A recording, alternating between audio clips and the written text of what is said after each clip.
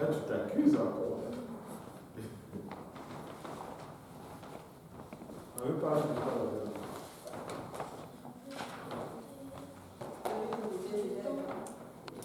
Très mauvaise élève.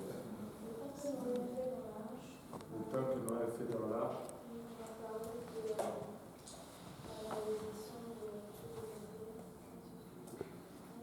Ça, c'est loin longtemps. On a parlé de l'émec, de l'héritage spirituel aussi. Ça, c'était la fois d'avant. Vous voyez, vous n'étudiez pas, hein? On veut parler de quoi? On veut parler de quoi? Hein? L'âge?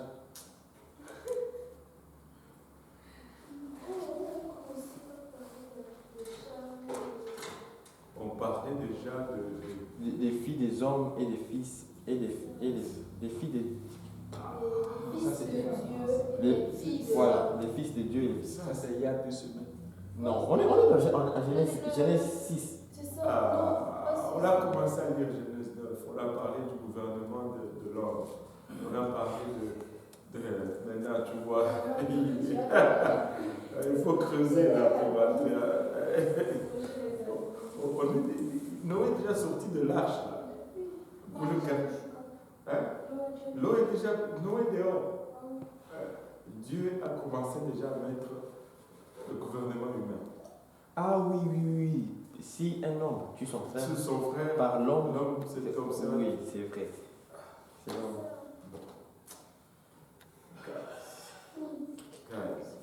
Guys. Hein?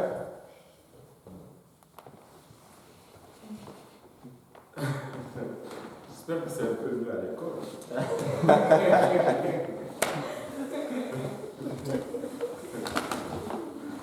Alléluia.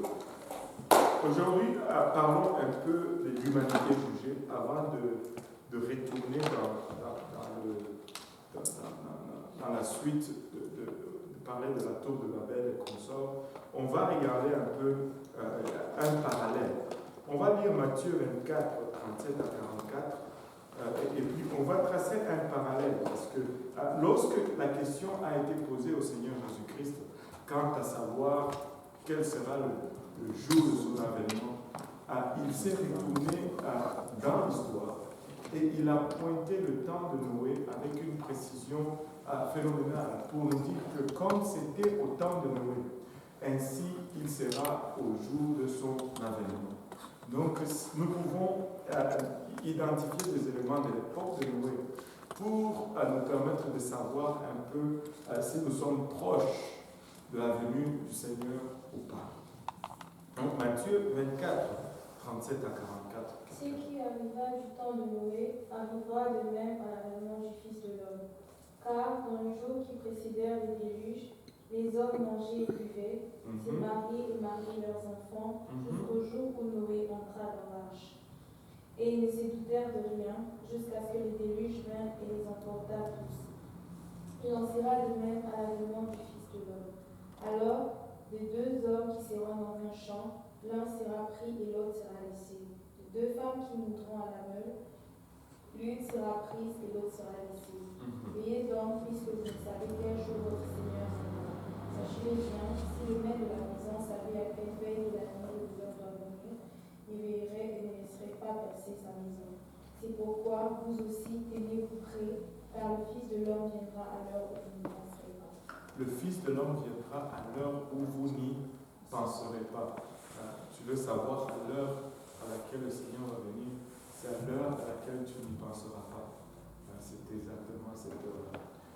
Maintenant, on peut regarder ce passage. Il y a un autre passage, je pense, dans le livre de Marc ou de Luc.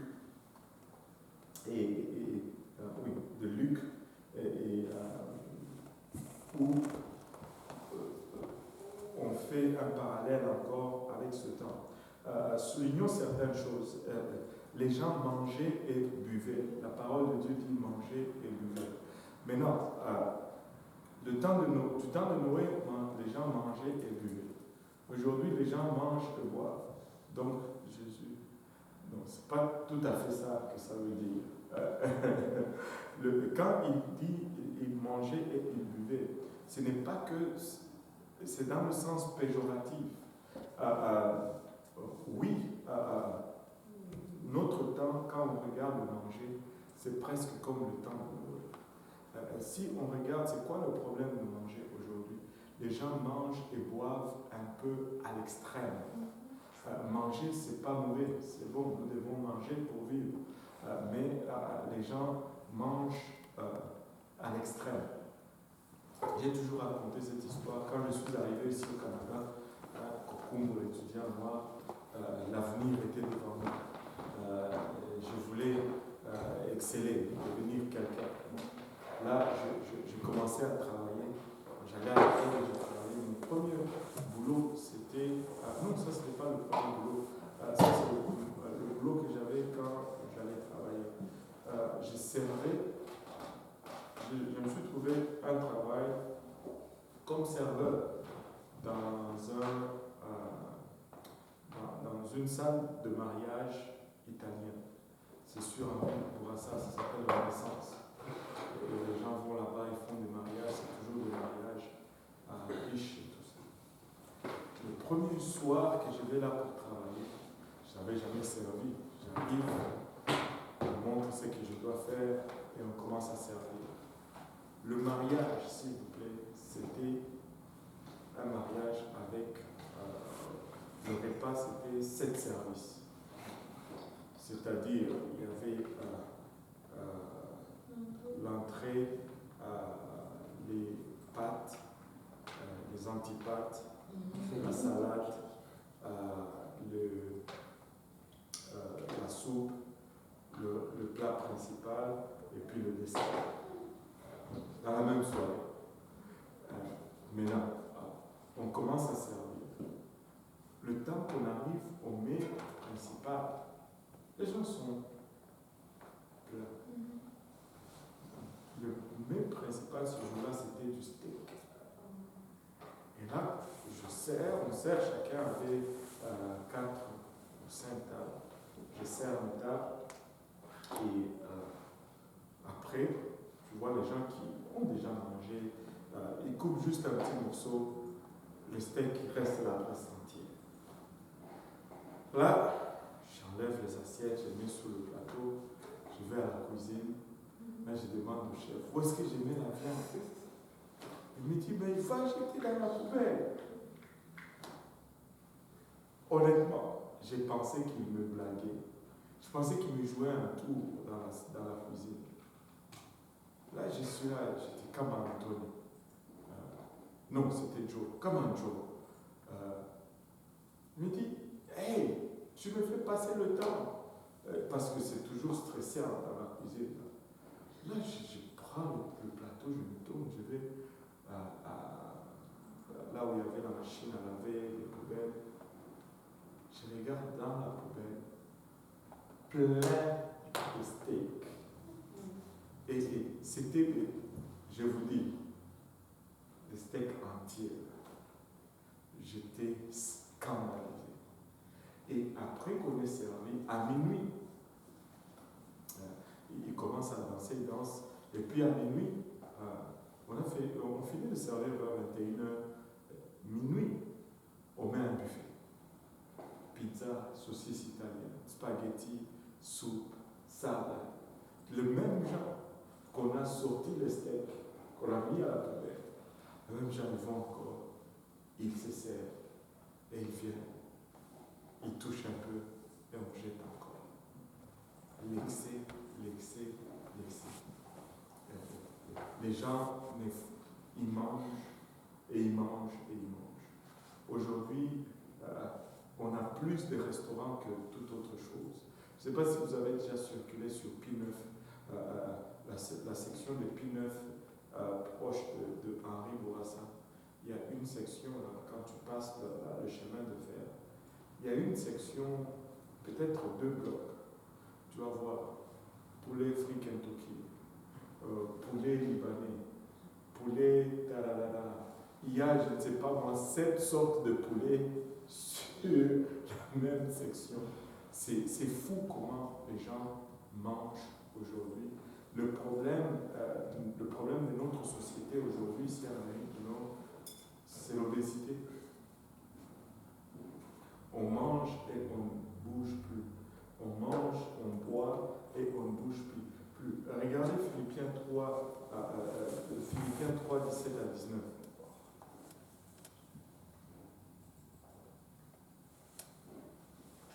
Soyez tous mes imitateurs, frères, et portez le regard sur ceux qui marchent selon les modèles que vous avez en nous.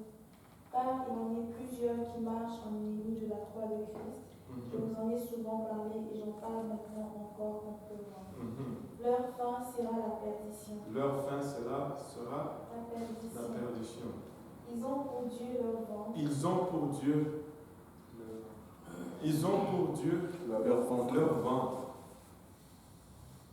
Ils mettent leur gloire dans ce qui fait leur honte. Ils ne pensent qu'aux choses de la terre. Waouh! Ils ont pour Dieu leur ventre. Écoutez, je ne sais pas si vous travaillez déjà, mais je vais vous dire ceci. Dans le lieu de travail, frère Jules peut-être va, je ne sais pas si c'est pareil chez vous, il y a 3 sujets de conversation qui reviennent souvent quand c'est clean. Ça va être la politique, la religion ou la nourriture. La nourriture va venir souvent. Souvent. C'est fou comme on parle de nourriture.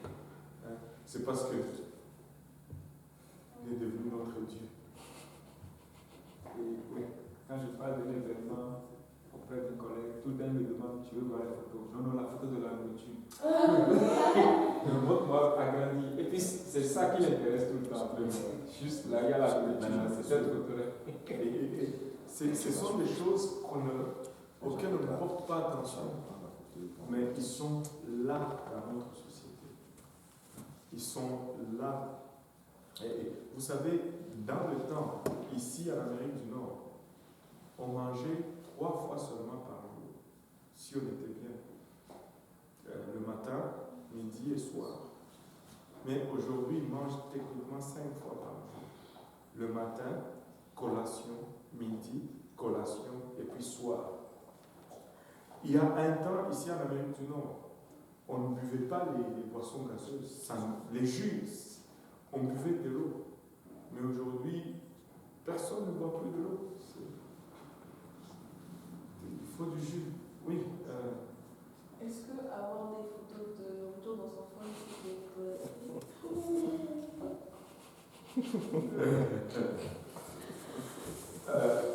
Ça montre la place que la nourriture occupe. Ça montre la place que la nourriture occupe. Toucher un point sensible. Hein? Vous avez touché un point sensible. J'ai touché un point sensible.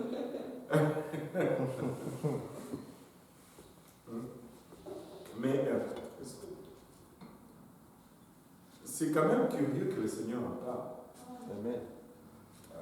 Si c'était juste innocent, ça n'allait pas se retrouver dans ce livre si important.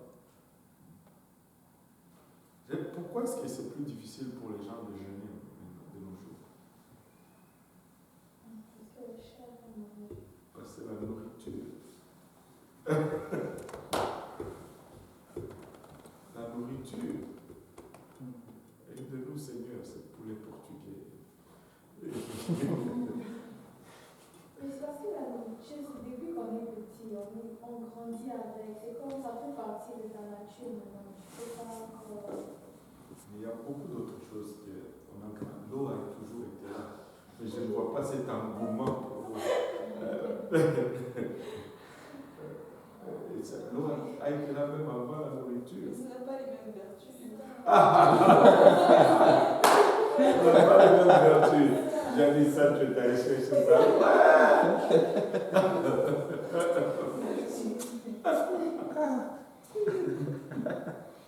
En tout cas, ça n'a pas les mêmes vertus.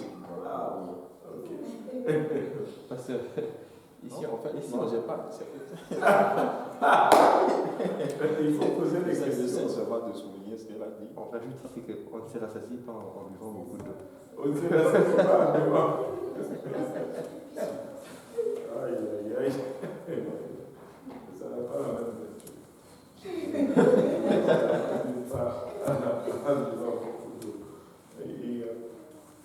Mais ce n'est pas que le Seigneur ne veut pas que nous mangeons. Mais le Seigneur veut que la nourriture garde sa place. Tu sais, c'est très important. C'est très important. Parce que quand la nourriture commence à prendre le dessus, c'est la chair qui domine. C'est la chair qui domine. Et c'est pourquoi c'est un indicateur spirituel. Maintenant, c'est marier et marier leurs enfants. Oui. Dieu ne serait pas jaloux en disant ça. Le passage qu'on vient de lire tout de suite. Non, ce n'est pas que Dieu est jaloux, mais c'est pour notre bien-être. Parce que si on mange trop, on se fait du mal. Ça ne change rien pour Dieu. Dieu n'est pas diminué ou n'est pas augmenté. Mais c'est plutôt que nous faisons du tort à notre corps. Quand on commence à nous dire aujourd'hui que dans notre société, l'une des causes, je ne sais plus si c'est encore la première cause de mortalité, c'est l'obésité. Le taux de diabète a augmenté. Tout ça est relié à l'obésité. Quelqu'un qui commande 2 Big Mac avec un Pepsi Diet.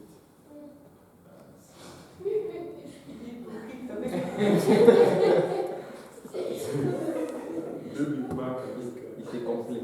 Diet. Bon, ok. Oui, je pense. Oui, en fait, je me suis toujours demandé, est-ce que jeter de la nourriture quand on est rassasié, on peut considérer ça comme un péché? C'est pas bon. C'est pas bien, ça. Moi, je ne jette jamais la nourriture. Et ça, il faut au fait adresser un autre problème avant cela. Voilà pourquoi on traite là-dessus. C'est que les gens souvent ont les yeux plus gros que leur ventre. Il faut se servir adéquatement. Les gens ont tendance à bomber leur plat. C'est pas. Premièrement, c'est pas bon. C'est pas bien sérieux. Et puis, il y a aussi les autres. Et quand on dessert, là, tu peux jeter si tu finis pas. Non. On peut garder, on peut le manger demain. Si tu sais que tu vas pas manger. Parce que tu vas manger autre chose, là ça devient un choix. Il y a des gens qui ne mangent pas la nourriture qu'elle a mis. Ça c'est un autre problème complexe. Ça c'est un autre problème complexe. En tout cas, ça c'est. Premièrement, la nourriture ne dort pas. Tu as vu la blague là.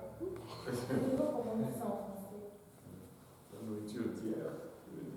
Non, c'est des caprices en fait. C'est des caprices. Parce que c'est comme. Quand tu regardes souvent, il y a un peu un côté snob. Parce que quand on est en manque, personne ne te dit que oh, ça c'est la nourriture d'hier, je ne mange pas.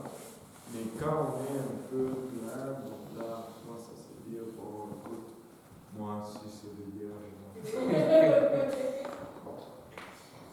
Quand même. Regarde. Mais je vais être honnête avec vous. Personnellement, j'aime le riz frais. Quand on vient de le cuisiner, c'est frais, c'est bon. Des fois, ma femme va avoir le pot de riz sur le feu. Et c'est encore chaud et fumant. Je vais juste prendre, je vais gratter le top, je vais faire une boule et je vais manger, c'est frais. Et j'aime ça. Mais le même riz, si on me le sert demain, c'est sûr qu'il n'a pas la même fraîcheur. Mais il est loin d'être jetable. Il est loin d'être jetable. Des fois, je le congèle, je le mets au congélateur. Et puis, quand je le sors, je le micro-ondes et puis je le mange. Parce que c'est. Quand on pense que. Un jour, j'étais à l'école. Il y a un jeune québécois mangeait une pomme, vraiment la façon québécoise. C'est juste retour, et puis il jette. J'étais un peu scandalisé. J'ai dit, ça c'est un peu. Je ne me rappelle pas ce que j'ai dit. Je lui ai fait la réponse. Et puis sa réponse était que, c'est les gens qui sont au tiers-monde, qui n'ont pas de la nourriture, ça c'est pas mon problème. Bon, moi je lui ai dit, je ne parlais pas des gens au tiers-monde. Ici, il y a des gens qui n'ont pas déjeuné le matin, ici à Montréal. Ce n'est pas une question de tiers-monde. Ici même à Montréal, on parle de pollution. Et un des problèmes de pollution, c'est parce que on ne consomme pas ce qu'on a. Au lieu de consommer ce qu'on a, on jette et puis on va chercher. Parce qu'on va aller chercher d'autres. Demain, on va encore manger. C'est ça. J'étais dans la nature, c'est pas bon. Mon oncle est en Italie. Il a épousé une Italienne. Et l'oncle de sa femme, c'était un boulanger. Zio Pietro. Lui, il ne jetait jamais le pain. Il y avait toujours du pain chez lui, mais il ne jetait jamais le pain.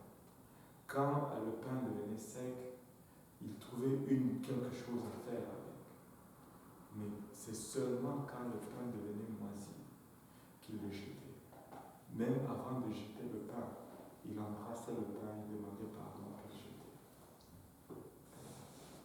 C'est un peu extrême, mais ça nous donne une bonne indication.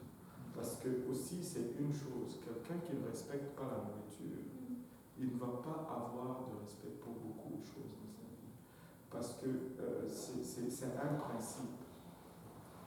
Quand tu ne respectes pas ce qui te garde, tu ne respectes pas beaucoup d'autres choses. La nourriture nous maintient. La nourriture nous garde la vie. Il faut juste respecter la nourriture. Je ne pensais pas qu'on allait rester si longtemps sur la nourriture. Vous voyez que c'est important. Maintenant, c'est marier et marier leurs enfants. Écoutez, ce n'est pas un problème de se marier et de donner ses enfants en mariage. Tout le monde veut se marier. Amen. Tout le monde veut se marier. Amen. Amen. Tout le monde veut se marier. Amen.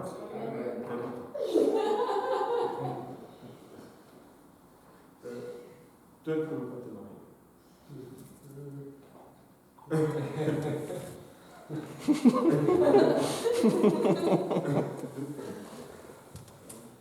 Tout le monde veut se marier. Amen.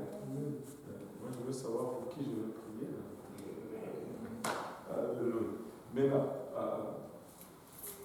quand il dit se marier, marier leurs enfants, cela ne veut pas dire que se marier était un problème, qu'on ne peut pas se marier. Non, mais c'est seulement que de nos jours, ce qui est devenu le mariage n'est plus ce que Dieu avait conçu que ce soit. Tout comme pour la nourriture, c'est devenu étrange. Les gens se marient aujourd'hui, ils divorcent demain, ils se remarient après-demain, ils divorcent le jour suivant. C'est qui elle s'appelle Liz Taylor. Liz Taylor. Est-ce que vous connaissez Liz Taylor? Vous êtes trop jeune pour connaître Liz Taylor. Vous ne connaissez pas Liz Taylor? C'est une femme qui était juste célèbre, je ne sais pas trop qu'est-ce qu'elle faisait, mais elle s'est mariée avec plusieurs personnes. Elle s'est mariée, divorcée, et au point où elle était arrivée, au point où c'était le numéro A, quand elle parlait. Pour moi, numéro 8, c'était comme ci, comme ça, mais numéro 7, c'était. Voilà. Marier et marier leurs enfants, c'est de cela qu'on parle. Maintenant, il y a eu une histoire qui est arrivée ici, à la base, dans une salle de mariage, Très souvent, quand je raconte cette histoire, les gens pensent que c'est juste moi qui invente. Je vous promets, je n'invente pas. Le mariage, c'est fait. On est allé à la salle de mariage, les mariés. Moi, je n'étais pas dans la salle quand je dis on, c'est-à-dire les gens de la fête et tout.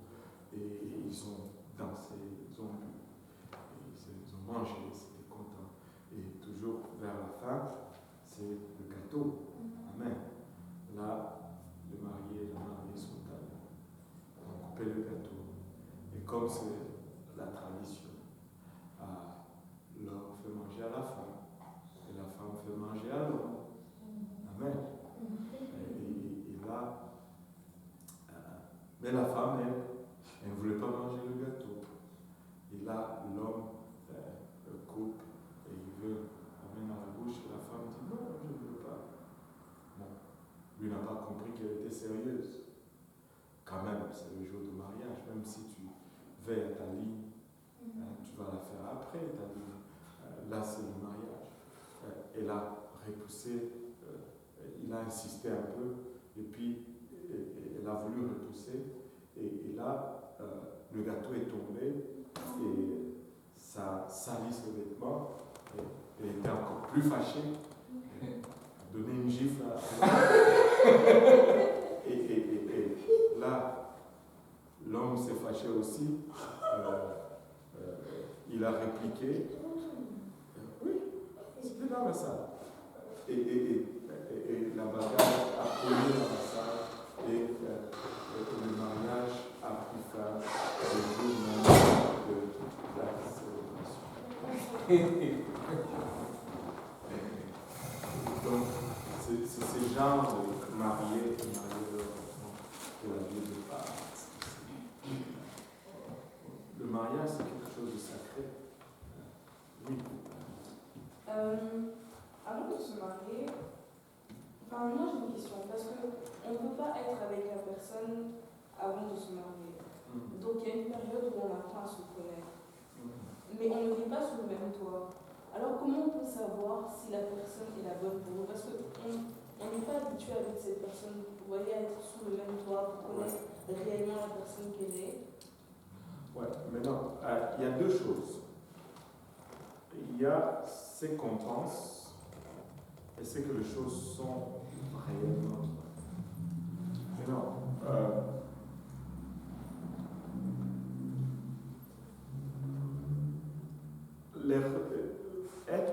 se mettre avec quelqu'un avant le mariage pour essayer de connaître la personne et totalement faux. On ne donne pas les résultats. Pourquoi? Pour deux raisons. Premièrement, quand tu observes quelqu'un et que la personne sait qu'elle est observée, elle va agir d'une façon. Et les périodes, pour ne pas dire de fiançailles, ce sont les périodes dans lesquelles on apprend le moins sur la personne. Oui, tu n'apprends pas grand-chose. Si tu veux apprendre quelque chose sur quelqu'un, il faut l'observer dans son milieu naturel. C'est-à-dire, avant qu'il ne sache que tu l'observes, tu l'observes. Regarde-le, comment il agit à l'église, comment il agit avec sa famille. C'est là que tu vas découvrir vraiment la vraie personnalité. Et c'est pourquoi on a toutes ces activités à l'église. C'est pour permettre et donner un cadre où les gens aussi peuvent s'observer. La personne ne va pas être mieux qu'elle est lorsqu'elle est. Si il agit stupidement dans le groupe pendant que vous êtes ensemble, ça va être un stupide même à la maison. Mais s'il agit dignement dans ce milieu, ça va être aussi comme ça. Ça, c'est une chose. La deuxième des choses, c'est que, honnêtement,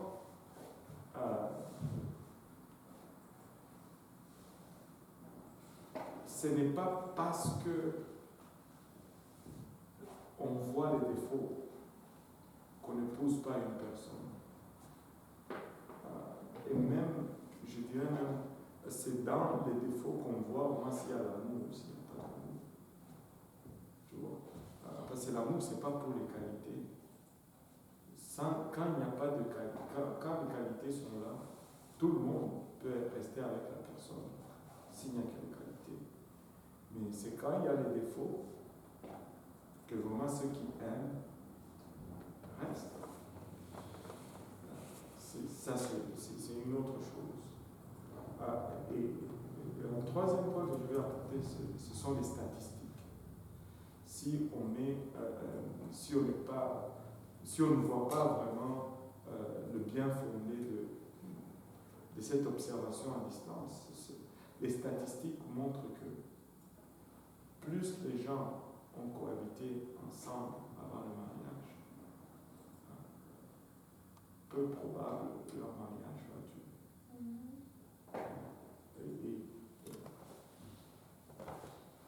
Et quand je dis cela, je ne parle pas de connaître quelqu'un. Tu sais, par exemple, on grandissait, on allait à l'école ensemble, sans qu'on ait l'idée de se marier. C'est là que tu vas connaître mieux la personne que quand tu deviens copain-copine. On allait à l'église ensemble. Je connaissais sa famille. C'est là que tu vas mieux connaître la personne. Mais quand tu deviens copain-copine, tu commences à vivre une relation exclusive avant d'être marié. Et maintenant, ça use cela. Parce que vous ne pouvez pas vivre comme étant marié, mais vous vivez comme étant. Et là, ça crée des tensions, ça use. Ça use et finalement, quand vous mariez, vous êtes épuisé. Et vous avez déjà tout consommé, vous avez déjà tout brûlé. Et un petit peu, puis c'est fini. Un petit peu, c'est fini. C'est pourquoi on enseigne, et la Bible recommande que les gens se tiennent loin avant le mariage, s'observent de loin, mais c'est après, il y a des étapes. Par exemple, tu es jeune, tu commences, mais ça ce n'est plus l'étude biblique. Et quand tu vois que quelqu'un t'intéresse, d'abord, laissez-moi poser une question. Est-ce que vous avez déjà aimé quelqu'un? Là, personne n'ose lever le bras. Regarde l'hypocrite. Parce que aimer quelqu'un, la question. Dans quel sens? C'est ça. La question n'est pas explicite. Dans le sens là qu'on parle. Est-ce qu'il y a deux sens? Oui, il y a deux sens. Quel sens et quel sens? Moi, j'ai déjà aimé quelqu'un. Oui. Ma seule. Bon. J'ai déjà aimé. Non, on ne va pas citer le nom. Ce que je voulais, n'ayez pas peur. Ce que je voulais vous dire, c'est ceci. Quelle information tu avais sur la personne avant de commencer à être attiré par cette personne? Hein? Pardon? La personne fait beaucoup rire. Qui fait beaucoup rire. Et là, tu as commencé à être attiré par la personne.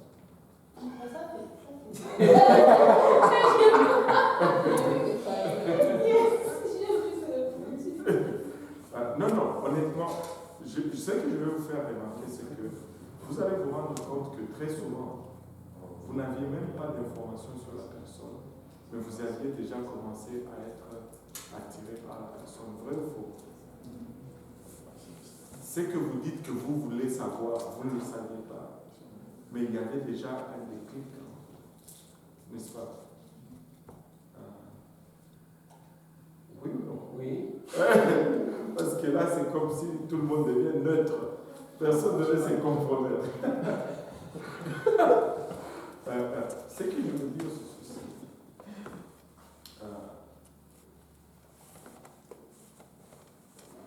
On ne maîtrise pas tout. On ne maîtrise pas tout. Des fois, c'est très irrationnel. Mais il faut, moi j'ai toujours dit, quand on met un bon processus sur place, ça nous évite beaucoup de problèmes. Parce que le cœur, il est méchant, il est tortueux. Il n'a pas de raison, en fait. Mais le processus va nous aider maintenant à gérer ce qui est généré là-dedans. Donc, au fait, quand tu observes quelqu'un, tu l'observes de loin, c'est là que tu vas voir ce qui est vraiment nécessaire et important. Et par la suite, si tu l'aimes vraiment, tu vas vivre avec les défauts. Parce que les défauts, tout le monde en a. Même toi qui veux connaître les défauts de l'autre, toi aussi tu as des défauts. Mais c'est en s'acceptant mutuellement qu'on arrive à bâtir. Mais quand on a déjà brûlé, on s'est compromis. Chez nous, il y a un dicton qui dit ceci. On répète souvent cela quand les gens vont se fiancer.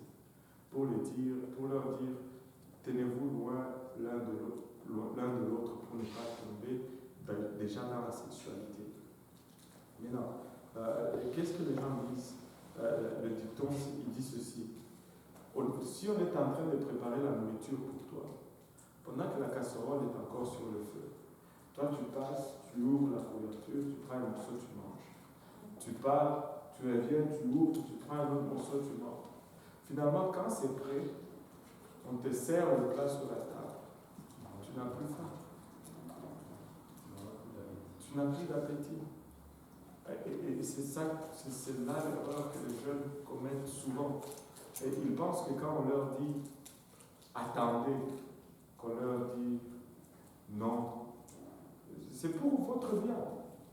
On n'a rien à. C'est comme si tu rates ton mariage, c'est toi qui le rates. Mais nous, on est là pour que tu réussisses. Mais non. Moi, j'ai toujours prôné ceci. On s'observe de loin. Quand tu commences à aller parler à quelqu'un, c'est que ton choix et ta décision est faite. Parce que ce n'est pas bon d'aller parler à quelqu'un, puis après, tu te retires encore. Et là, tu vas parler encore à une autre personne, après tu te retires. Tu te rends un mauvais service, tu te fais une mauvaise réputation, et tu ne rends pas aussi service aux autres. C'est pourquoi il est très important de prendre le temps de faire tes devoirs et d'observer, d'être sûr vraiment que c'est là où tu veux aller. Mais après, quand cela est décidé, tu fais ce que ça prend pour gagner la personne. Ça, c'est l'autre étape. Mais non. La personne peut avoir le regard aussi ailleurs. C'est pas parce que tu aimes quelqu'un que la personne est condamnée à t'épouser aussi. Dieu nous a donné à chacun libre volonté. On ne prend personne en otage. Personne ne doit être pris en otage parce que tu l'aimes. Ça, ce n'est pas de l'amour, c'est de l'égoïsme. L'égoïsme. Tu séduis la personne, tu lui parles, il y a une place et un temps pour cela. Mais j'ai toujours dit et j'ai toujours insisté sur le fait que les fiançailles doivent être plutôt courtes que plutôt longues. Parce que plus les fiançailles sont longues, plus vous vous exposez à des situations qui ne sont pas bonnes.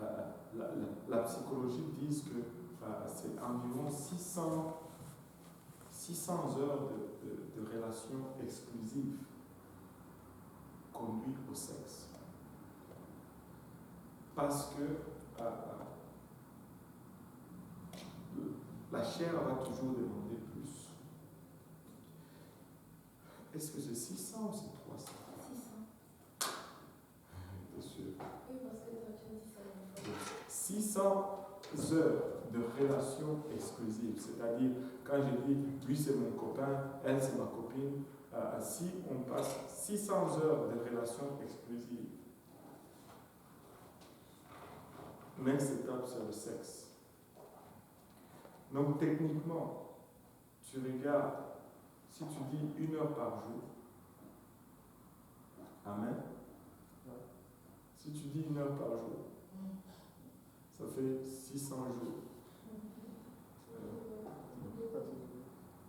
2 heures par jour.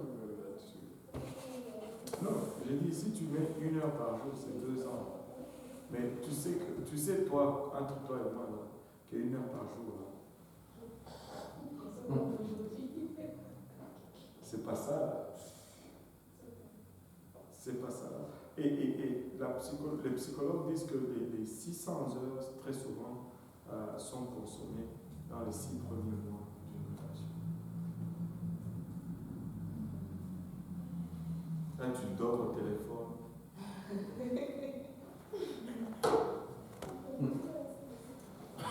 Tu as parlé au téléphone et tu regardes ça un petit peu.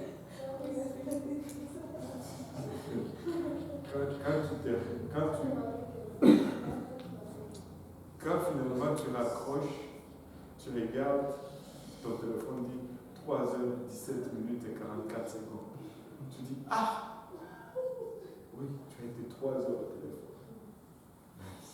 Faire la soustraction. Hein? Faire la soustraction des 6. Tu fais la soustraction.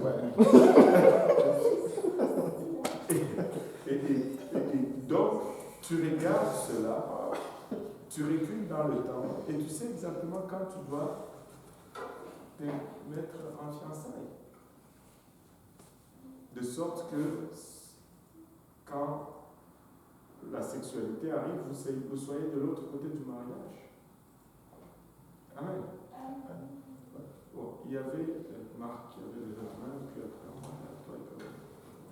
Maintenant, c'est quoi la place de Dieu dans tout ça? Hormis les commandements, les lois, ne pas consommer avant le mariage, mais la place de Dieu, parce que j'ai entendu des hommes de Dieu dire qu'on ne se marie pas par prophétie. Non, surtout pas. Mais comment il y a des frères qui vont voir des sœurs et dire moi Dieu m'a dit que c'est tout. Ce sont des faux frères. Ce sont des faux frères. Amen, parce que moi je suis pour. Je suis pour. Non, ils sont faux. Non, c'est parce que, regarde, ça c'est prendre quelqu'un en otage. Maintenant, tu dis, moi Dieu m'a dit c'est toi. Il faut que Dieu dise aussi à la sœur que... Mais si elle n'est pas spirituelle. Alors si elle n'est pas spirituelle, c'est pas bon de l'épouser. Non, elle va devenir spirituelle. Non. Ça, c'est pas... ça ne marche pas comme ça. Peut-être qu'il a jeûné, il a prié et Dieu. Non. Alors qu'il jeûne encore et qu'il prie pour que Dieu dise à la sœur. C'est ça, parce que sinon, n'utilise pas cela, ça c'est prendre quelqu'un en otage. Amen. C'est-à-dire que je n'ai plus le droit de dire oui ou non. Et où est le choix que Dieu m'a donné? Maintenant, et si maintenant c'est une sœur qui vient te voir et qu'elle aussi elle dit, j'ai prié, Dieu m'a dit c'est toi. Toi, qu'est-ce que tu vas faire? Tu vois? Là, ça devient compliqué. Donc, ça ne marche pas comme ça. Écoute. Parce que Dieu parle dans tous les domaines de notre vie. Il est l'alpha et l'oméga. Avant de travailler, je sais comment Dieu parle dans la vie pour le mariage. Il va te guider pas à pas, il va te donner des critères, mais il ne va jamais choisir pour toi. Parce que Dieu t'a donné le pouvoir de choisir. Amen, pasteur. Tu vas choisir. Et moi, je me suis toujours révolté contre ça. Pourquoi? Parce que je vais arriver à toi. Il y a beaucoup de choses dans lesquelles Dieu nous parle. Nous ne faisons pas. Mais seulement ça, là, on veut mettre notre tête à couper. Ça, c'est de la manipulation. Beaucoup d'autres choses. Dieu t'a dit de ne plus faire ça ou de faire ça. Là, tu n'as jamais obéi. Mais Dieu te dit, c'est elle qui va être ta femme. Elle, maintenant, elle est obligée d'obéir. Non, comment? Ça ne marche pas. Oui. Par rapport à ce que tu viens de dire, moi je pense que Dieu parle. Mais c'est pas parce que tu dis que Dieu t'a dit que tu prends le en otage, parce que je dirais si elle ne croit pas que ça vient de Dieu, la fille peut dire non si elle veut, puis elle va s'en. Mais c'est quoi le but de dire que Dieu m'a dit? Si la personne a prié, puis Dieu a dit. Est-ce que dans le cas de mariage, Dieu ne parle pas? Il parle, mais est-ce que quand Dieu nous dit quelque chose, on doit le dire? Ah, c'était ça qu'il fallait dire. Non. Ce n'est pas tout ce que Dieu nous dit qu'on doit dire. Ok, parce que ça paraissait comme si Dieu nous disait. Non. Dieu peut te le dire, mais s'il ne faut pas aller prendre quelqu'un en otage. Non, mais pasteur, c'est comme un avertissement, parce que elle risque d'être, ou il risque d'être en dehors de la volonté de Dieu. Alors je vais te prévenir que c'est Dieu. Non. C'est Dieu qui a dit. Ce n'est pas toi le garant de la marche de quelqu'un. Il y a beaucoup d'autres secteurs. Est-ce que Dieu va tout te dire maintenant pour à son sujet pour qu'elle ne sorte pas de la volonté de Dieu? Non, quand même. Non, c'est pas ça. Regardez, il y a une chose, c'est que si on suit juste la parole de Dieu, c'est assez. Tu sais, quand les prophéties commencent à intervenir, c'est parce qu'on a échoué de suivre la parole de Dieu. Dieu élève les prophètes pour amener les gens dans la voie de Dieu. On convoite les prophéties, mais c'est parce que déjà, on n'a pas fait ce qu'on devait faire, que Dieu est obligé de prendre cette voie-là. Non. Tu parles à quelqu'un, tu lui parles, et puis tu mets des pantalons si tu es un homme, et voilà. Tu séduis la personne, tu travailles. Tu gagnes le cœur de la personne. Ma question c'était par rapport à l'observation. En vrai, les filles, tu ne peux pas vraiment dire que tu vas observer quelqu'un parce que tu ne sais pas qui va venir vers toi et qui ça va être. C'est plutôt. Mais tu ne peux pas observer tous les frères parce que tu ne sais pas. Non, ce n'est pas que tu les tiens des fichiers avec de l'eau de chaque. Je n'observe personne parce que je ne sais pas. Non, tu observes, je vais te dire quoi. Et je vais te dire que même si ce n'est pas dans le but du mariage, on observe toujours. Tu sais que le frère Jules, il est ce genre de personne. Comment tu es arrivé à cela? Parce que tu as observé. Tu sais que Marc, c'est comme ça. Tu sais que le frère Yannick, c'est comme ça. Parce qu'on l'a observé. Mais qu'est-ce qui nous a permis de savoir cela? C'est parce que nous avons été à Chipénier ensemble, nous avons été à la retraite ensemble, nous avons fait des activités ensemble, et ça nous permet au fait de voir le caractère de la personne. Maintenant, quand ils viennent te voir, tu sais, presque, en général, laissez-moi vraiment vous dire, en général, dans l'église, si un garçon vient te voir aujourd'hui, tu sais à peu près à quoi t'attendre. Tu veux dire non? Ah oui? Je vais faire un exemple. Si le frère Yannick vient te voir aujourd'hui et il dit Jessica, je vais t'épouser, tu sais à peu près que tu dois porter le sac de caméra partout. Tu vas me dire que tu ne sais pas ça. Soyons quand même. Tu connais que les choses que si on a besoin de faire quelque chose, c'est hier qu'il fallait le faire. Écoutez, il ne faut pas compliquer les choses. Les choses sont juste là et on doit juste suivre. On se connaît à peu près. Mais pas parce que tu sais que c'est pas tous les frères que tu vas voir vraiment comme intervenir dans les ministères. Non, ce n'est pas seulement une question de ministère. Hein, écoute, moi je ne veux pas exposer les gens ici, mais vous savez, ceux qui sont fidèles à l'église, vous savez. Ceux qui prient à l'avant, vous savez. Ceux qui sont menteurs, vous savez. Ceux qui sont escrocs, vous savez. Vous savez. Non, vous savez. Honnêtement. Parce que ça, c'est vrai. Hein. C'est vrai. Ça, c'est très vrai. Vous savez, quand tu es dans le besoin, tu sais exactement qui tu vas aller demander de l'aide pour telle situation, parce que tu sais à quel point les gens sont intelligents. Vous le savez. Pourquoi? Parce qu'on a toutes ces activités dans lesquelles on joue. Quand il joue au foot, il veut toujours tricher. Tu sais. Tu sais. Oui. Attends, on va devenir. C'était à deux volets, j'avais même pas fini ma question. Ah, ok. Oui. L'autre volet, c'était, quand vous avez dit que, ok, si, admettons, vous êtes fiancé, bien vous êtes en observation, vous devez vous tenir loin l'un de l'autre.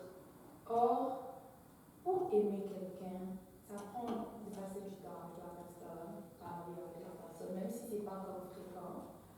Mais si c'est que à part les cas où tu es comme genre bonjour ma soeur, bonjour mon frère à l'église, puis vous parlez de charmer, tu peux pas aimer quelqu'un comme Mais ça. attends, quand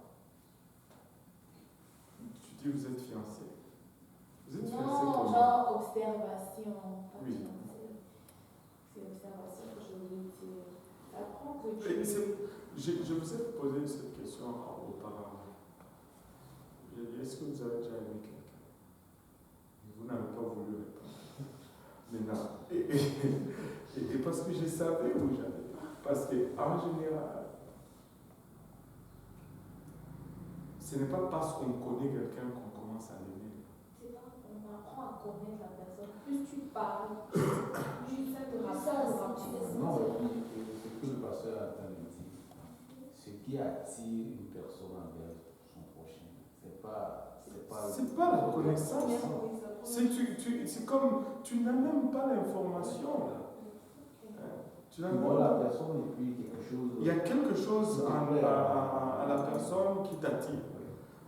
Tu ne sais même pas, au fait.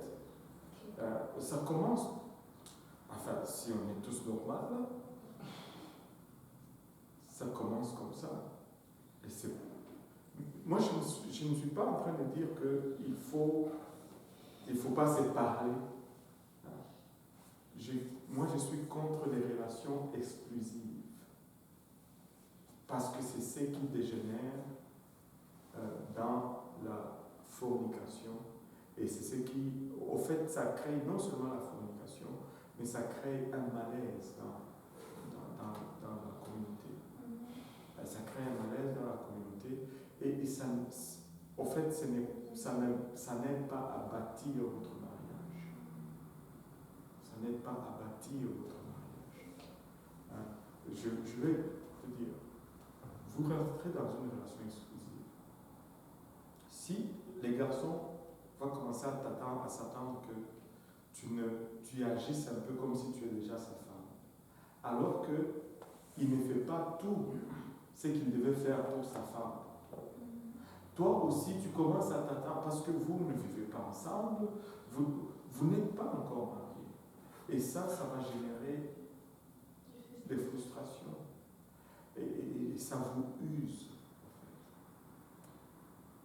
Ça vous use. Vous gaspillez beaucoup. Parce que vous ne pouvez pas vivre cela, mais vous essayez de le faire. Et ça devient malsain. Maintenant, apprendre à connaître quelqu'un, donne-moi le bénéfice du doute là-dessus. Tu apprends mieux à connaître quelqu'un de loin. Ce n'est pas le temps que tu passes avec la personne que tu vas vraiment développer cela. Regarde, moi, je sais comment tu vas traiter ton mari parce que j'observe comment tu traites tes frères. Et ça ne va pas être différent. Je sais comment tu vas traiter tes enfants car je regarde comment tu traites tes frères et sœurs. Ça ne va pas être différent. Ça ne va pas être différent. Si tu es insolent avec tes frères, tu vas être insolent avec ton mari. C'est juste une question de temps. Si tu ne respectes pas tes parents, tu ne vas jamais respecter ton mari. C'est des choses que tu observes de loin. Et ces choses, moi, je les ai apprises alors que j'étais encore adolescent. Je lisais des petits livres que j'achetais chez les sœurs, chez les religieuses catholiques, où ils enseignaient les relations entre jeunes hommes, jeunes filles. Et c'était, je regrette d'avoir perdu ce petit bouquin. Mais c'est très vrai, c'est très vrai. Et tu observes quelqu'un, tu sais, on a un pique-nique. C'est lui qui travaille à aider, à placer. Quand tu vas être à la maison, il va aussi travailler dans ta maison. Sinon, tu vas épouser quelqu'un qui n'est même pas capable de visser le rideau au mur. C'est toi qui vas visser le rideau. C'est des petites choses que tu regardes quand vous êtes en train de faire une chose. Qui est toujours en train de servir ou qui demande toujours le service? Si c'est quelqu'un qui demande toujours le service, ça ne va pas être différent. Ça ne va pas être différent. Croyez-moi, je vous donne les trucs. Et c'est gratuit. C'est gratuit. Mais dans un cadre où une personne extérieure de ton église, enfin, par exemple, il y a un frère qui est intéressé par une sœur, mais qui n'est pas dans son église, comment il va faire? Premièrement, tu t'assures qu'elle est dans une bonne église ou qu'elle est dans une bonne église, c'est-à-dire une église qui. C'est pas une église, il y a quelque chose.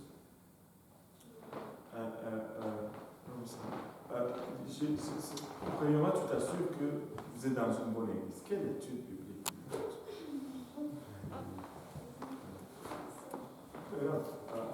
Ce n'était pas ça qui était prévu du tout pour l'étude. Bon, mais tu vas dire. Vous voyez, je n'ai pas compris.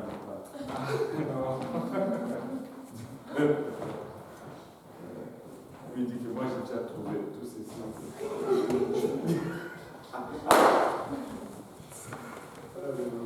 Maintenant, regardez, c'est sûr que ça devient un peu plus difficile. Et quand tu fais un choix, des fois le choix va générer aussi des défis. C'est pourquoi la Bible conseille toujours d'épouser quelqu'un de ta jeunesse.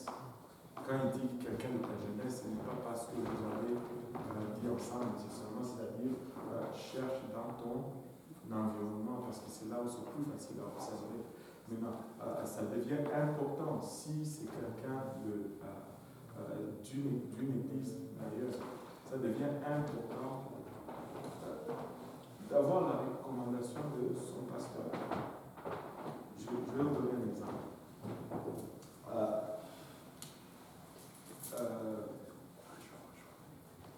Guylaine est partie en Haïti pour voyage. Vous savez,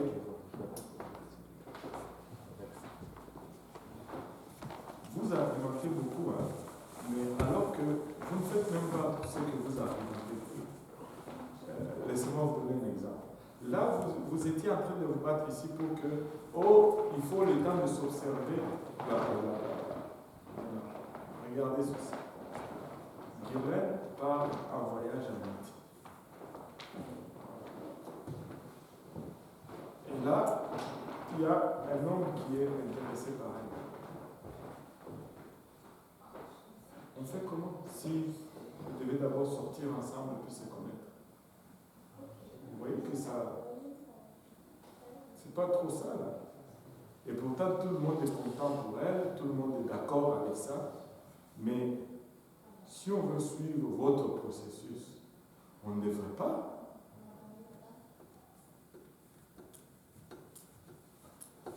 Amen.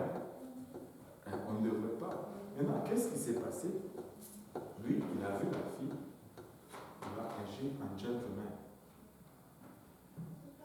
D'abord, il a demandé, il était dans son église, ah, tu es apostolique, ça se voit, ou c'est qui ton pasteur, blablabla. Oh, ok. Et tout de suite, il a appelé son pasteur. Il ne m'a pas appelé, il a appelé son pasteur. Il a dit, oh pasteur, on a eu la visite de telle sœur, elle venait de telle ville, son pasteur c'est tel. En tout cas, je pense que c'est là où je vais aller. Je ne sais pas si tu peux contacter son pasteur. Et le pasteur m'appelle. Et il dit, ah, je suis pasteur tel de la Floride. Une de vos filles a été en vacances à telle place. Et voilà, j'ai un jeune homme, il est vraiment, je l'ai baptisé, il a grandi dans mon église, c'est vraiment un garçon de bien, il a à cœur l'œuvre du Seigneur, il est retourné dans son pays, il est parti des États-Unis pour faire missionnaire en Haïti, pas avec l'aide de l'organisation, juste parce qu'il avait le fardeau. Et là, c'est son église qui le soutient. D'habitude, les gens font le voyage inverse. Mais lui, c'est le fardeau qu'il a ramené dans son pays d'origine. Et là, il me demande,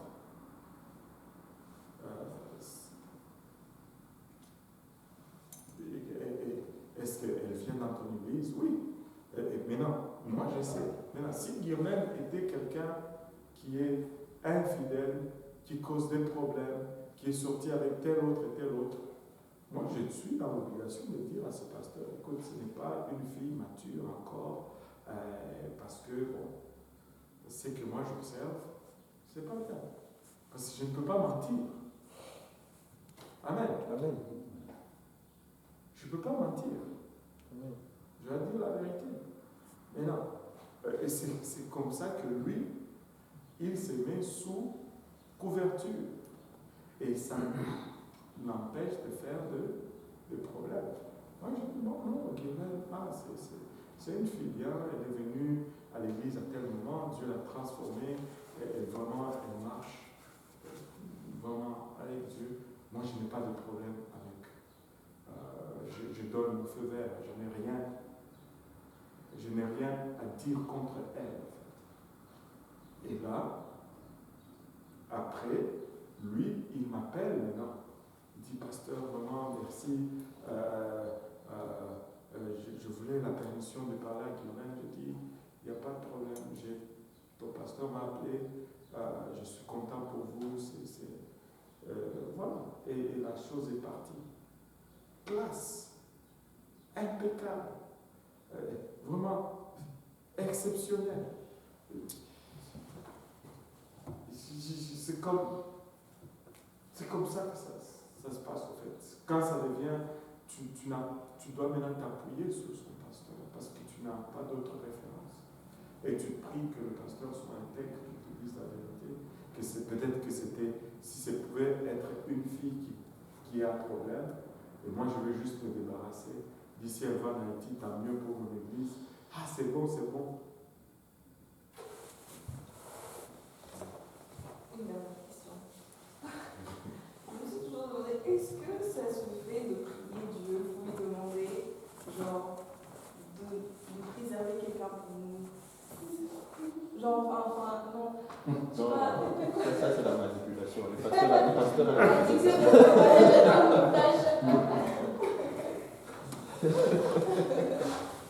réfuté.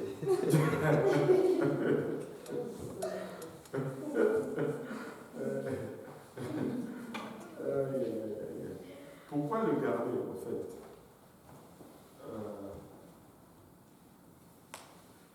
Bon, après. Maintenant, tu sais, tu peux prier pour quelqu'un, mais il ne faut pas garder les gens en otage. Dieu a donné le libre arbitre. Et tu fais ce que ça prend. Moi, je dis, si déjà tu marches comme un bon chrétien, tu marques déjà des points de ton côté. Et il ne faut pas faire les choses comme le monde le font. Il faut être galant, il faut être bien, mais il faut rester Il faut rester sain, il faut rester poli. Tu sais, très souvent, quand quelqu'un est sain et poli, il n'y a pas de problème. Et même, des fois, les gens se battent pour la personne. Si tu fais bien, tu t'égares, les gens vont se battre pour toi. Tu sais, je peux en parler maintenant. On avait, à un moment, on avait la sœur Nancy. Tout le monde voulait épouser la sœur Nancy.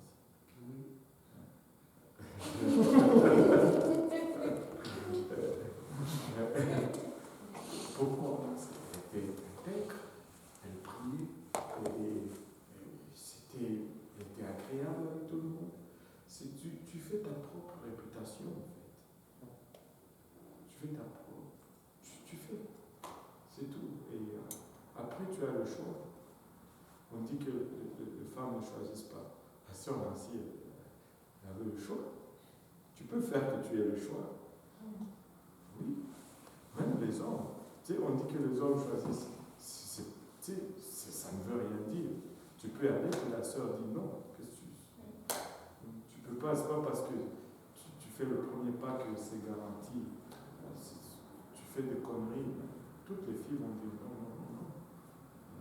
Attends, Jessica, ça fait un bout intéressé. Ouais. D'abord, je voudrais savoir, c'est quoi l'âge pour avoir les suites de nature? Il n'y a pas vraiment d'âge. C'est sûr que il faut que tu aies au moins 18 ans. On se met d'accord là-dessus, quoique il y a des mariages qui se font même à 17 ans. Mais il n'y a pas d'âge. La maturité dépend vraiment de la personne, de ton environnement. Il y a des filles de 20 ans qui sont plus matures que des filles de 35 ans. Ça, c'est vrai. C'est très vrai.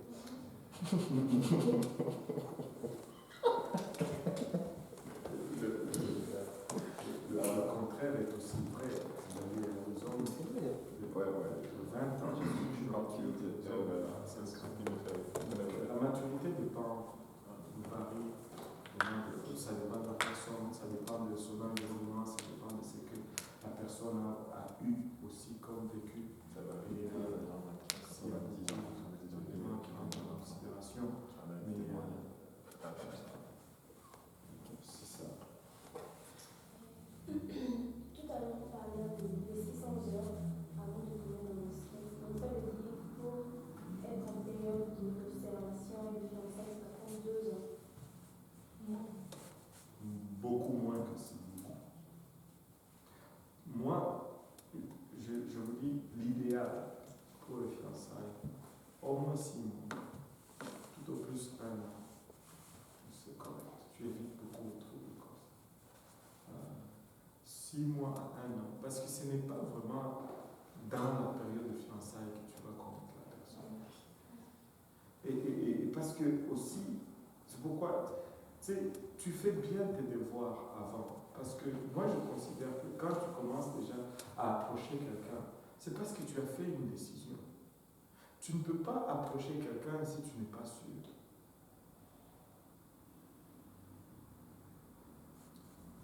Si tu approches quelqu'un, tu n'es pas sûr. Et si elle te dit oui, tu fais quoi? Tu blagues. J'espère que tu blagues là.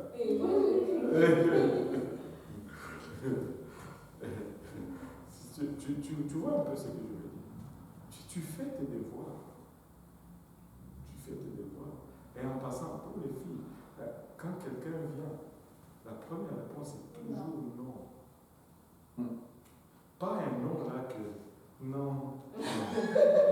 C'est pas non. Les faux non là, c'est pas ça. Tu dis non. Tu dis non. Mais quand tu es déjà avancé, moi je peux dire oui. Ah non, c'est pas non. Il faut pas. Tu te rends un mauvais service. Tu te rends un très mauvais service. Très mauvais service. Oui. Vous avez posé mon étude là. Oui. Ma question était la suivante, parce que j'ai après observation. Pardon? Après observation. Après observation. Oui, après observation. Ok. Dans beaucoup de couples, même dans beaucoup de choses qui se passent, chrétiens ou parce que j'ai la conviction que, même la Bible le dit, mais vous ne mettez pas sur la même joue que les païens. Je suis d'accord que les chrétiens ne doivent pas être aussi des païens, mais moi je suis très convaincu qu'il y a de ces femmes qui ne sont pas dans l'église, mais avec qui si tu t'es marié, tu as le plus de paix qu'avec même les sœurs qui sont dans l'église, pasteur. Elle est plus une bonne femme que la plupart des chrétiennes. Et ce sont des gens, des femmes. Elle est prête à te suivre partout. Si tu dis alors, elle va aller. C'est que ton pas, c'est son pas, en fait. Et non, pasteur, est-ce que... Non, je me gratte sur moi. Non, je me gratte sur moi. Non, mais pasteur, c'est vrai. Hein. C'est vrai. Parce que moi, dans nos familles, on observe ça. Tu vas voir une dame qui ne prie pas beaucoup, mais tu sens que son couple, ça va, et elle donne la paix à son mari. Et c'est une très bonne femme. Mais elle n'est pas trop... Mais il y a des gens qui prient beaucoup, qui sont... Mais invivables. Elle engage. Impossible, un comportement Bon, bizarre. regarde, C'est on va juste... On va répondre à ça. Si quelqu'un qui va à l'église, qui est invivable, qui a un langage, c'est parce qu'elle n'est pas convertie. Oui. Parce que le problème, ce n'est pas juste d'aller à l'église. Même le diable vient à l'église. C'est pas là le problème. Maintenant, le problème ou l'handicap dans un raisonnement comme ça, c'est que tu as exclu toutes les bonnes femmes qui viennent à l'église, qui prient, qui ont un bon langage, qui suivent leur mari partout, et elles sont des vraies chrétiennes. Et elles donnent la paix à leur époux. Mais elles sont à l'église. Il y en a beaucoup aussi. Moi, je jette des bouchons.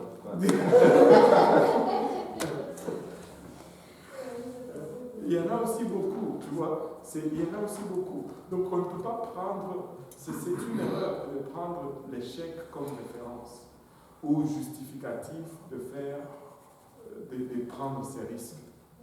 Tu vois, si tu veux mettre toutes les chances de ton côté, c'est ça, moi je pense, la meilleure chose à faire.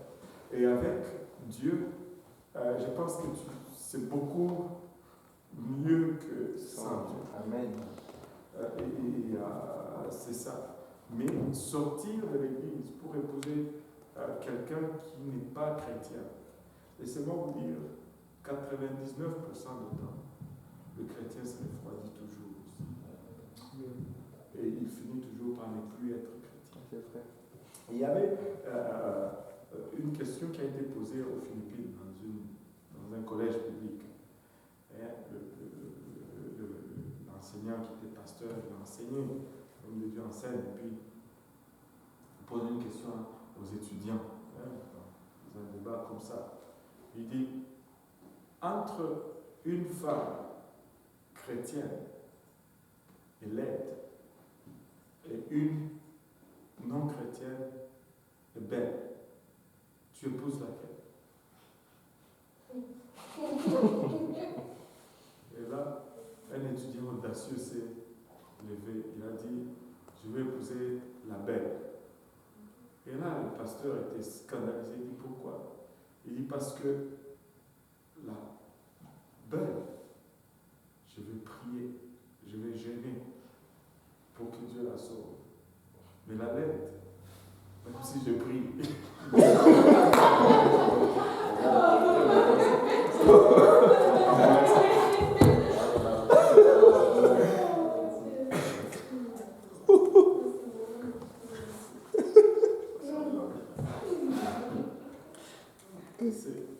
mais le point, c'est pas ça. Le point, c'est que, le point, c'est que tu veux toujours. Quand la Bible nous donne une recommandation, à 110% de fois, la Bible a raison. Ne vous mettez pas sous le même joug avec le non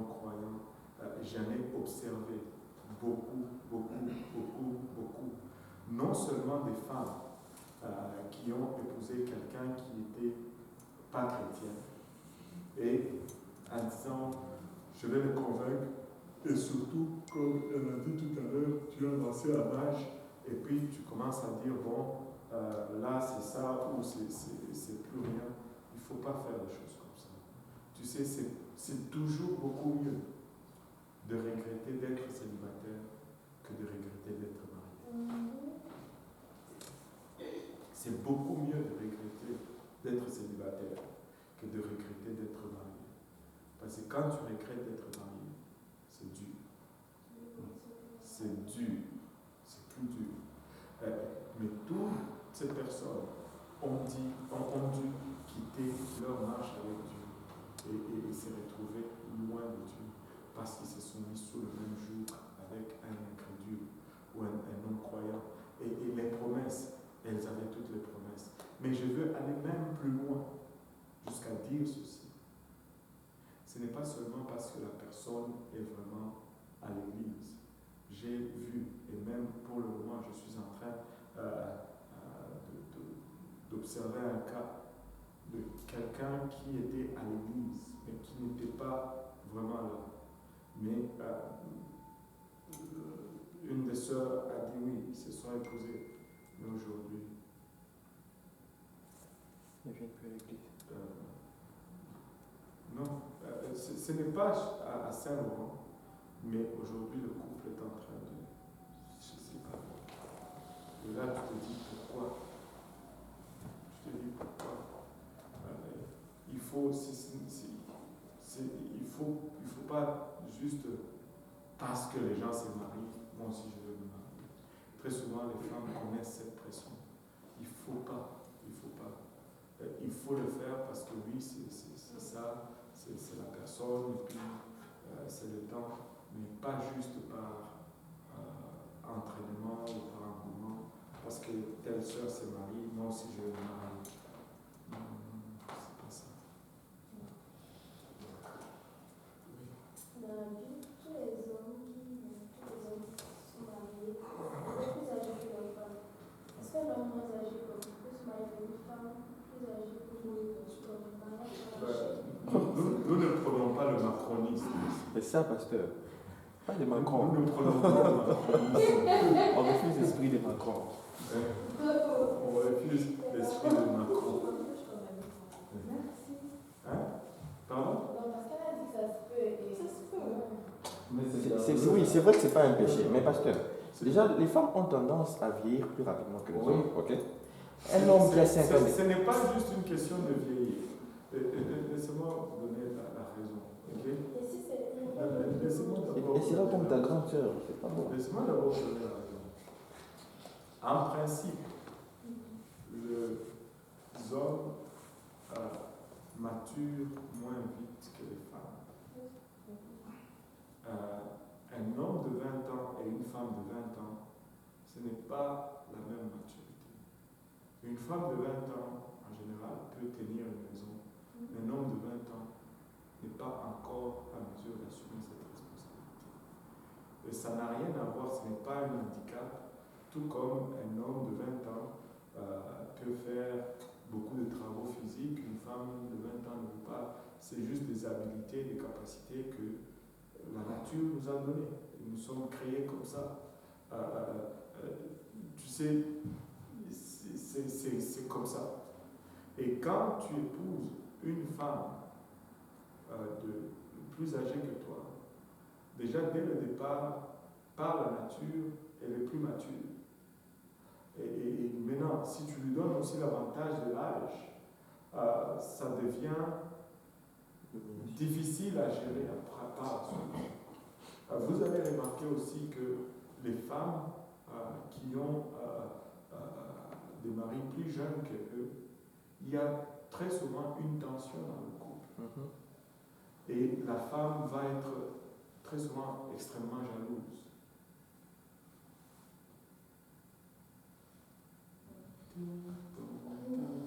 Non, je ne suis pas d'accord. Oui.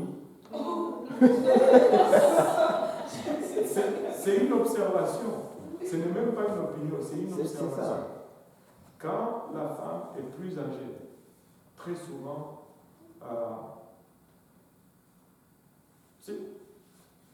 il ne faut pas il faut pas se tromper avec le début et tout. Observe pendant un temps. Moi, j'en connais beaucoup. Je ne dis pas que c'est un péché, et je ne dis pas que tu ne peux pas le faire, mais je ne le conseille pas. Tu peux aller au ciel même en épousant une femme plus âgée et vice-versa. Tu vois. Mais c'est juste par cette maturité, c'est un point. L'autre chose, c'est que ce n'est pas que la femme a vieilli plus rapidement. Non, c'est pas ça. Parce que la femme va porter le charge des enfants.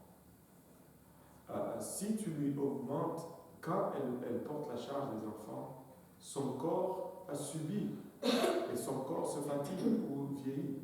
Et maintenant, si tu lui donnes par-dessus cela l'âge, ça devient un autre handicap. C'est pourquoi les femmes âgées, souvent, quand le mari est plus jeune, d'habitude, elles sont plus jalouses parce qu'elles pensent qu'il ne regarde plus. S'il regarde seulement là et qu'il y avait une jeune fille par là, c'est un problème. Très souvent, c'est ça. Ce n'est pas que c'est une opinion, c'est vraiment une observation. Maintenant, l'autre chose que les gens peut-être n'aiment pas trop parler souvent, mais qui est vrai, c'est que l'homme va rester sexuellement plus actif pendant plus longtemps que la femme. Et ce décalage d'âge aussi compense pour cela. L'homme va être plus actif sexuellement pendant plus longtemps que la femme. Non, je parle sérieusement pas aussi. Parce que quand la femme rentre dans la ménopause, son système n'est plus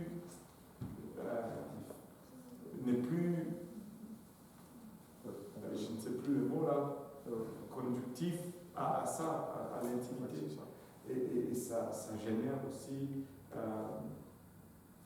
certaines situations, certains problèmes.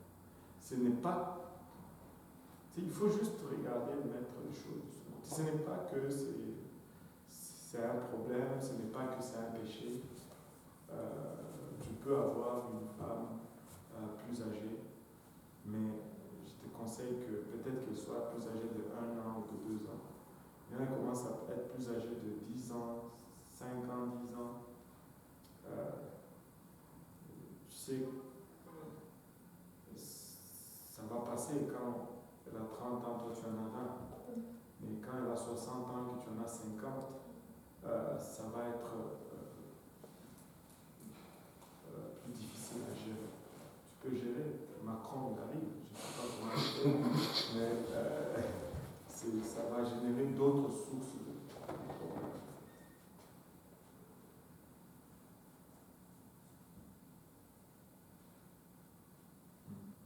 C'est ça. Je ne sais pas. Oui. Mais Janice, toi, tu n'étais pas d'accord. Dis-moi. Parce que je connais un cas où la femme est plus âgée, mais ça va. Oui. Je connais aussi un cas où la femme est plus âgée, ça va. Mais si je commence à compter, dans la plupart des cas, s'il y a toujours des exceptions, même là où l'homme est plus âgé, on a aussi des couples, des femmes qui sont jalouses quand même, et vice-versa. Mais ce que je veux dire, c'est que il y a une tendance, et c'est un peu justifié, parce que, et ça peut se voir, ça peut se comprendre aussi par Genèse 3, tes désirs se porteront vers ton mari et il dominera sur toi. On a enseigné, la femme a toujours besoin de cette approbation, reconnaissance de son mari pour son propre estime de soi. Et des fois, quand elle regarde dans le miroir, elle voit qu'elle est déjà vieille et que son mari lui dit non, ça va. Elle sait qu'il ne dit pas la vérité et ça commence à l'affecter des fois. Tu vois. C'est juste des choses comme ça que tu peux juste éviter. Mais surtout dans la son que tu es. Amen. Une autre question? Non, c'est un commentaire, bien sûr. Elle dit que quelqu'un s'est déjà basé sur le verset qui dit Adam a été créé en premier, ensuite Ève, pour dire que l'homme doit être plus âgé. Et est-ce qu'on peut prendre ça comme référence? Bon, parce que là, ils étaient créés le même jour. Ils étaient créés le même jour. Si tu prends ça comme référence, on va facilement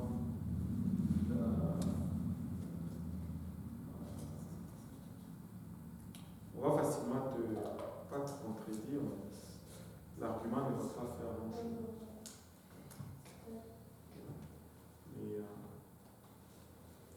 Et puis, pour Adam et Ève, ces gens-là, ils n'avaient pas d'âge, parce que ces gens-là ne vieillissaient pas. Adam et Ève n'étaient pas supposés vieillir. Le monde était parfait et il n'y avait pas de corruption. Donc, ils étaient forever 21.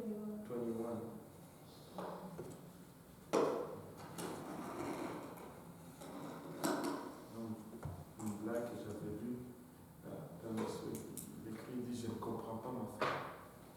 Quand elle était dans la vingtaine, elle ne voulait pas entrer dans la trentaine. J'ai eu toute la misère du monde de la faire entrer dans la trentaine. Maintenant qu'elle est dans la trentaine, elle ne veut plus quitter la trentaine.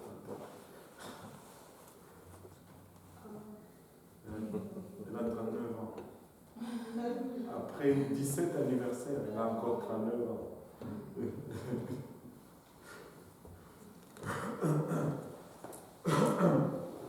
Alléluia. Maintenant, on va aller dans... Ah, je n'ai pas encore enseigné ma leçon. Oh, vous allez me faire ça. Vous allez me faire ça. Vous pouvez bombarder vos choses. Moi, j'ai des choses là, je peux le faire. On a suivi l'esprit. On a suivi l'esprit.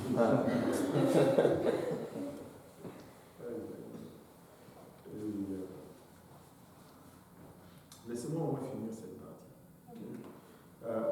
C'est marier leurs enfants. Acheter, vendre, planter, bâtisser, ça parle tout simplement de travail.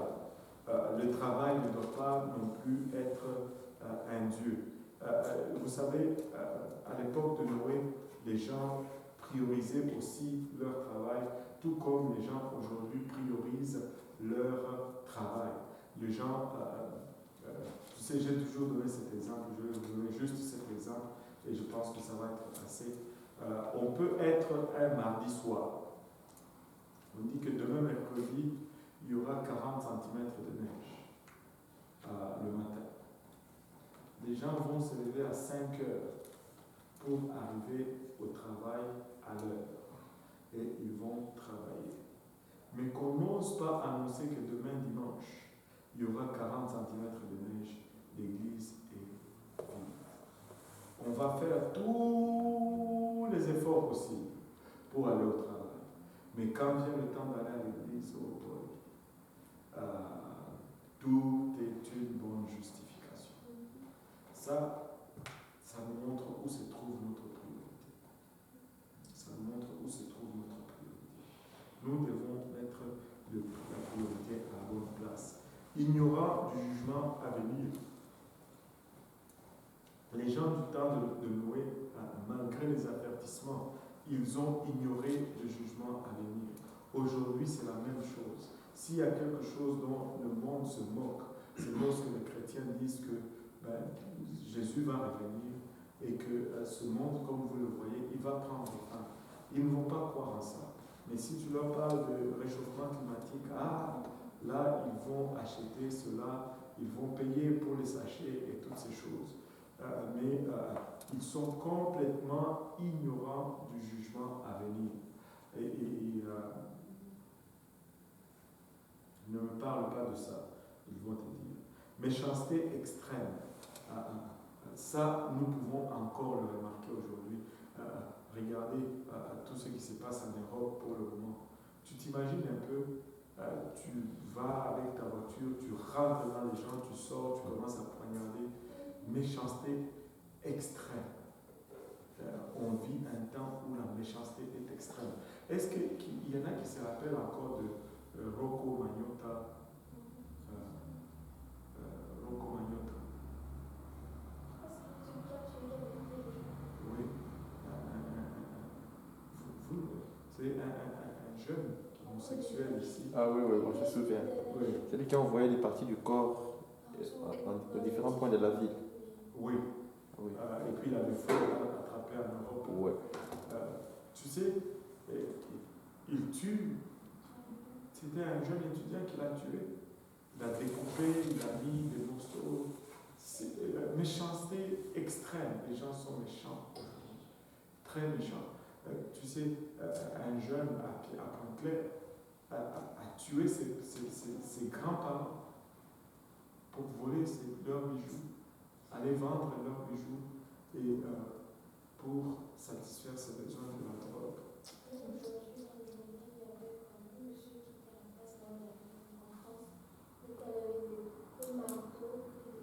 Oui. Méchanceté extrême. Méchanceté extrême. Les gens sont méchants pour rien. Et écoutez, s'il y a quelque chose que je n'aime pas vraiment, c'est la méchanceté gratuite. Tu sais, on peut parler peut-être de ces choses-là, des choses des gens qui se coupent de couteaux, mais même dans l'église, des fois, tu vois des gens qui sont méchants l'un envers l'autre, inutilement. C'est pas l'esprit de Dieu, ça. C'est pas l'esprit de Dieu, ça doit nous réunir. Nous devons être bienveillants, nous devons être gentils, nous devons être bien. Nous devons être bien. Amen. Méchanceté extrême. Mais ce qui est arrivé, c'est que le déluge est venu. Comme le déluge, autant que le déluge était peu probable à l'époque de Noé, autant le monde pense que le retour du Seigneur est peu probable un jour. Mais laissez-moi vous dire, le déluge est venu. Laissez-moi vous dire également que le Seigneur va retourner. Alors que les gens s'y attendaient le moins, le déluge est tombé. Et alors que les gens s'attendent aujourd'hui le moins, le Seigneur va retourner. Ce ne sont pas des fables que nous racontons. Ce ne sont pas des bonnes aventures que nous disons. Nous savons que le Seigneur va revenir. Le Seigneur va revenir. Mais en ce jour-là, ça sera un jour de joie pour nous.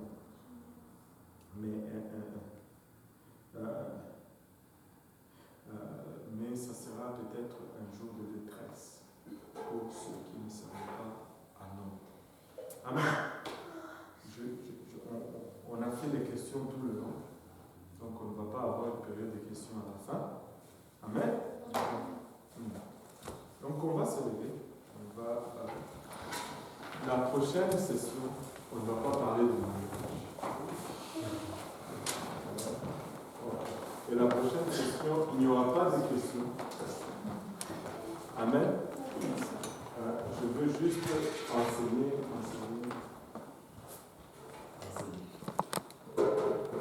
Amen. En élevant nos voix vers le Seigneur. Papa, nous voulons te rendre grâce encore une fois pour ton amour, ta bonté, ta fidélité.